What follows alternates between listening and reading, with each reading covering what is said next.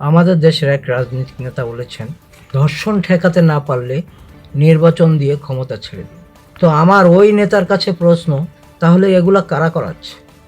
আমরা সাধারণ জনগণ কি বুঝবো? এগুলা কাদের কাজ? এগুলা কি আপনারা করাচ্ছেন নির্বাচনের জন্যে?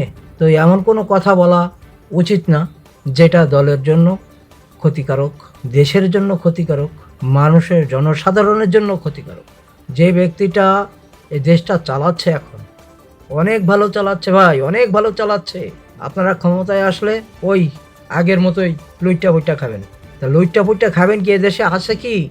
এদেশে তো কিছু নাই এখন। তো এই ব্যক্তিটা ওই মানুষের কাছ থেকে ভিক্ষা কইরা হোক, চায়া হোক, যেভাবে সাহায্য সহযোগিতা নিয়ে আসতেছে, থলিটা ভরতে দেন, তারপরে নির্বাচনের জন্য পাগল হন আপনারা।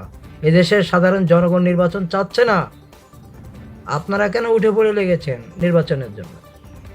আমার বুঝে আসে না, সাধারণ জনগণের বুঝে আসে না। নির্বাচনের ভোট মাথার থেকে নামিয়ে ফেলেন। দেশটার সংস্কার হোক, সংস্কার হওয়ার পরে নির্বাচন হবে, এর আগে কোনো নির্বাচন হবে না।